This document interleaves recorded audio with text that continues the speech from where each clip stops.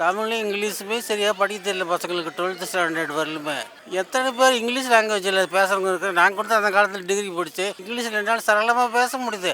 அதனால் 3வது லாங்குவேஜ் பெருசாக கற்றுக்கணும்னு அவசியம் கிடையாது.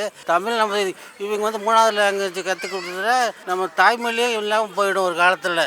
நம்ம தமிழ் கலாச்சாரம் முதல்ல முக்கியமான தேவை. நம்ம தாய்மொழியை விட்டுட்டு வேறு லாங்குவேஜுக்கு போனோம்னு வச்சுக்க நம்ம கலாச்சாரமாக போயிடும். அதுதான் என்னுடைய கருத்து. பசங்க 2 நாலேஜில் 2 பேப்பர் படிக்கிறதே பெரிய கஷ்டம். இதில் 3வது லாங்குவேஜ் கொண்டு வந்து திணிக்கிறது அவசியம் இல்லை. விருப்பப்பட்டவங்க படிச்சுக்கலாம். அதனால் நம்ம தமிழ் கலாச்சாரம் இதனால் அழிஞ்சு போயிடும். நம்ம தாய்மொழி அழிஞ்சு போயிடும். 3வது லாங்குவேஜ் கொண்டாந்து இந்த நாட்டில் தமிழ்நாட்டில் விட்டால் நம்ம தமிழ் கலாச்சாரமாக போயிடும். நம்மளோட தமிழ் கலாச்சாரமே தாய்மொழி தான் முக்கியம்.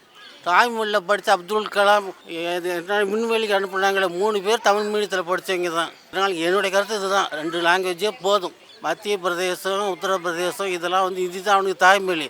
அவன் தாய்மொழியை விட்டுட்டு ஹிந்தி நம்ம தமிழில் போய் 3வது லாங்குவேஜை படிப்பானா?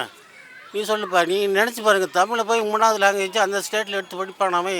3வது லாங்குவேஜ் சொல்லித்தரத்துக்கு வாத்தியாரங்களும் தேவையில்லை. அவனுங்க கிட்ட போய் இந்த பசங்க கற்றுக்குங்க. இப்போத்த ஜெனரேஷன் போய் கற்றுக்காது. இப்பயே என் பசங்களை இங்கிலீஷ் படிக்க வச்சுட்டு தமிழில் பேச தெரியல அவங்களுக்கு.